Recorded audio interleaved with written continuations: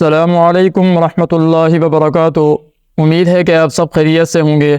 ناظرین کرام، اگر بستر کے اوپر کوئی نجاست وغیرہ لگی ہوئی ہو، بستر ناپاک ہو، اب آیا ایسے بستر کے اوپر ذکر و اذکار کرنا، درود شریف وغیرہ پڑھنا یا اسی طرح استغفار وغیرہ پڑھنا یہ جائز ہے یا نہیں؟ آج کی ویڈیو میں اسی مسئلے کو بیان کریں گے اور اسی کو سیکھیں گے۔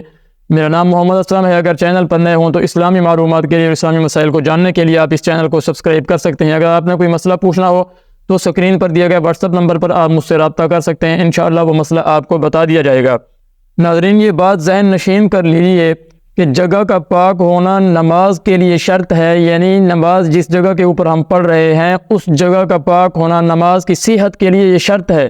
اگر وہ جگہ پاک نہیں ہوگی تو نماز صحیح نہیں ہوگی۔ لیکن ذکر و اذکار کے لیے اور درود شریف وغیرہ پڑھنے کے لیے جگہ کا پاک ہونا یہ شرط نہیں ہے۔ اس لیے کوئی آدمی اگر کسی ایسے بستر پر ہے کہ وہ بستر ناپاک ہے یا اس کے اوپر کسی قسم کی کوئی نجاست لگی ہوئی ہے تو اس بستر کے اوپر ذکر و اذکار کرنا اور اسی طرح درود شریف وغیرہ پڑھنا یہ ممنوع نہیں ہے، منع نہیں ہے۔ لیکن براہ راست اس ناپاک جگہ کے اوپر بیٹھ کر ذکر و اذکار کرنا یا درود شریف وغیرہ پڑھنا یہ ذکر کے آداب کے خلاف ہے۔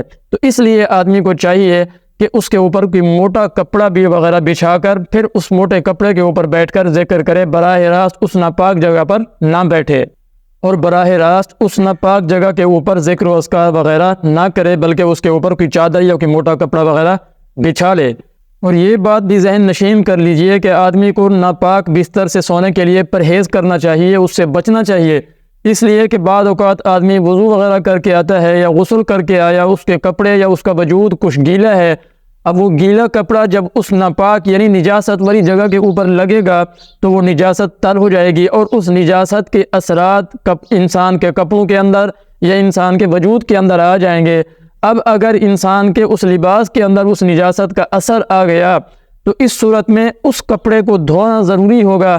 اگر وہ نجاست 1 درہم کے برابر ہے، اس کپڑے کو پاک نہ کیا گیا تو پھر ان کپڑوں کے اندر، ان لباس کے اندر نماز پڑھنا یہ بالکل جائز نہیں ہوگا اور یہ بالکل درست نہیں ہوگا۔